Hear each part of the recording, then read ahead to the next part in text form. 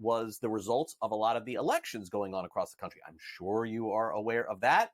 But maybe you weren't aware of some of these sports betting laws that are now going into effect, and another potential one that we could be headed for. So we wanted to start off the show with that. We'll begin not with Missouri. We know Missouri has now legalized sports betting, and on December 1st, it looks like it will launch.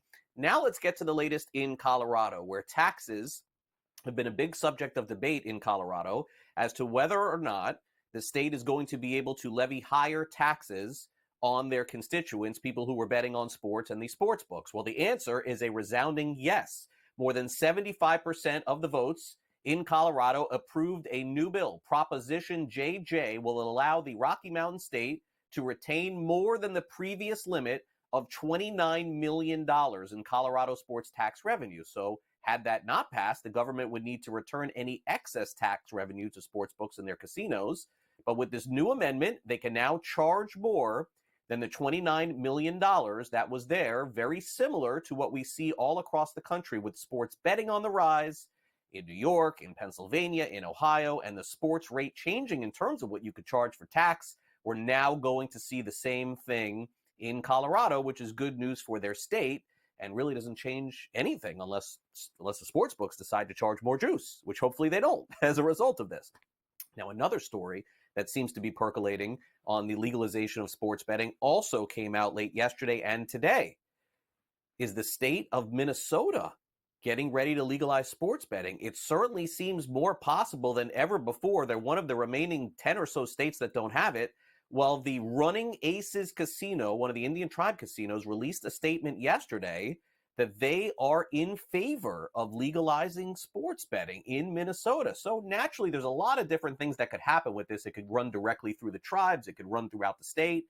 But stay tuned to this one, because there certainly seems to be a chance that in the next 6 months, maybe even before the Super Bowl, we could hear about yet another state legalizing sports betting, which is really good news for everyone across the country that they don't have to go offshore.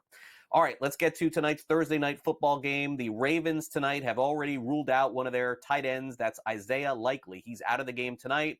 Doubtful he was going in. The Bengals, by the way, are 6.5-point underdogs. T. Higgins not going to play in this one as well for Cincinnati. 8 o'clock Eastern start.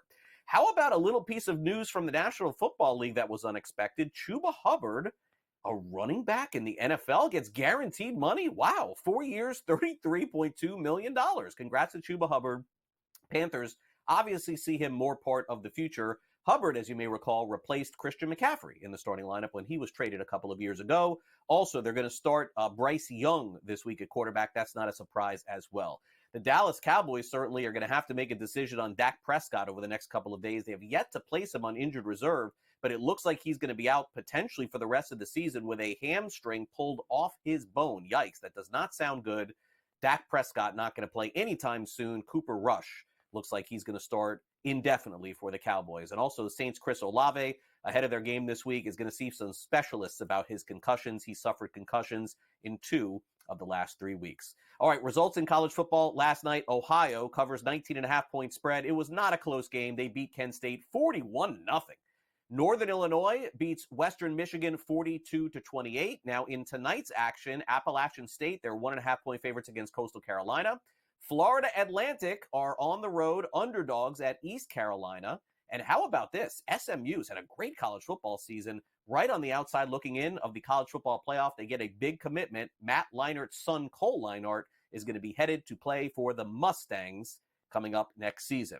In the NBA last night, in the Western Conference, not many people thought the Golden State Warriors would be the hottest team to start the season, but folks, they have been it. The Warriors beat the Celtics last night, 118-112. They were 7-point underdogs on the road in Boston. Steph Curry had 27 points, 9 assists, 7 rebounds.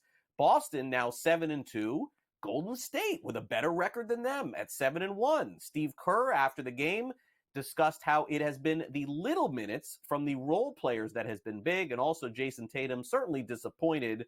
For the first time all season, it looked like the Celtics were handled. I mean, in theory, we should be able to, if we're playing a bunch of guys 15 to 22 minutes, they should be able to go all out during those minutes. And I think we're getting that. Now, tonight was probably the first game we had 3 guys over 30 minutes.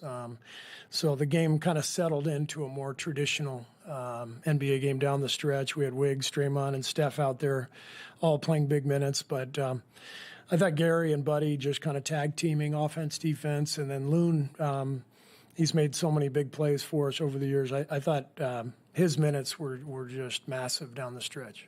Yeah, I think they just did a good job of being more physical, and obviously they were, blitzing all of the ball screens. I came off, and we weren't, or I could speak for myself, a little rushed in the first half, and I think in the second half just accepted it and played with more patience and made the right read more often than not. Boston falls to 7-2 on the season. You know who would take that record? It's the Philadelphia 76ers, folks. They're 1-6 to start the season. They lost to the Clippers last night, 110-98. Joel Embiid still out for a couple of more games. How about the best team in the NBA this season? It's the Cleveland Cavaliers. They're now 9-0. They beat the Pelicans 131-122, one of the more high-scoring games we saw this week. Also, LeBron James, ageless wonder. How about last night? 39 points. 7 rebounds, 6 assists, but the Grizzlies did beat the Lakers 131-114. AD Anthony Davis did not play in this game. All right, first week of college basketball coming close to a close. UConn last night beat Sacred Heart 92-56. Alex Caravan, 20 points, 6 rebounds, and 7 assists.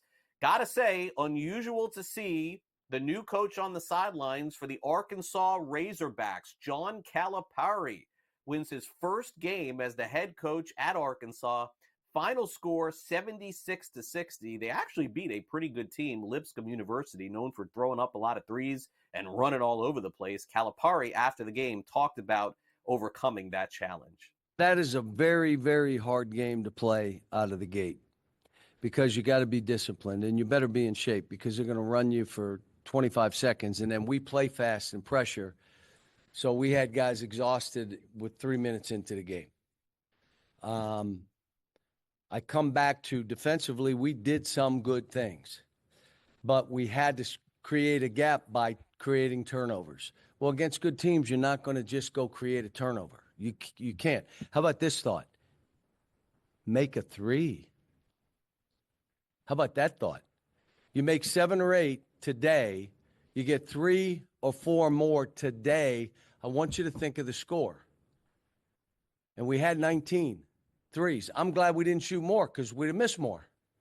But the good news is we threw the ball inside today and we did some good stuff. So we know we can do it. Weird seeing the Razorbacks logo behind Calipari. I got to be honest. Creighton last night beat Texas Rio Grande. That's not the story. The story is Ryan Kalkbrenner had 49 points on 20 for 22 shooting. Creighton beats UT Rio Grande 99-86. I'm guessing they did not cover that spread. Auburn also beat Vermont 94-43. They did cover that spread. All right, in baseball news, the general manager meetings wrapping up in San Antonio this week. Couple of news and notes out of there. We'll give them to you. An extension for Mike Schilt. He'll be the manager of the Padres through 2027. Mookie Betts likely to play second base or shortstop. Brandon Gomes, their general manager, told the media yesterday. And Wilson Contreras is going from catcher to first base.